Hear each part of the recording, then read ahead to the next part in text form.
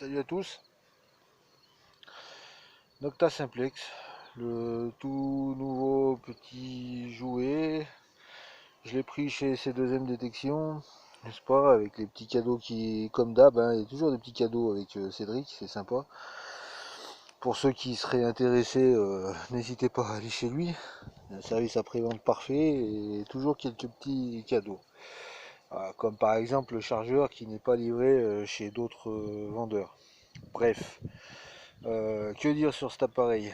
Après un petit essai de confinement d'une heure, on s'aperçoit que en mode champ à fond de sensibilité avec la version 2.77, hein, la dernière, l'appareil reste stable. Bon, ici, savoir que ici on n'est pas emmerdé par les EMI, hein, il n'y a pas d'interférence. Voilà, mais appareil stable. Appareil puissant, hein. J'ai sorti une bague en argent et une petite monnaie, une micro-monnaie, dans un champ, comme vous le voyez, en herbe. Voilà. Que dire, une rapidité qui m'a plutôt étonné, et en mode champ, hein, c'est pas le mode le plus rapide, à savoir qu'il y a les modes rapides sont les modes parc 1 et parc 2. Hein, le mode champ, c'est un mode fait pour les endroits peu pollués et quand on cherche de la profondeur. Voilà. Donc j'ai la version où ils ont rajouté une barre de puissance, c'est-à-dire, hop, là, on vient rajouter une barre de puissance qui booste l'appareil. Voilà. Alors oui, en effet, l'appareil est boosté.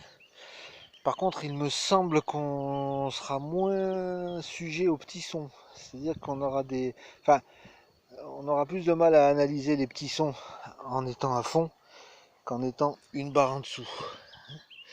Les boutons sont assez durs à utiliser, hein, mais c'est le fait, en fait, c'est des boutons étanches et c'est assez dur à appuyer dessus. Le bas de canne est assez souple, bizarrement, c'est, tu vois, c'est un peu une merguez au niveau. Mais l'appareil marche parfaitement bien. Il est rapide, puissant, stable, facile à utiliser, agréable à utiliser. Bon, moi je connais bien les Nocta, mais j'ai eu aucun mal à le prendre en main dans l'heure qui suit. Que dire, pour 300 euros, objectivement, hein, sincèrement, sans chercher à vendre, j'ai rien à vendre, hein, moi je suis pas vendeur, hein. Pour 300 euros, vous aurez pas mieux.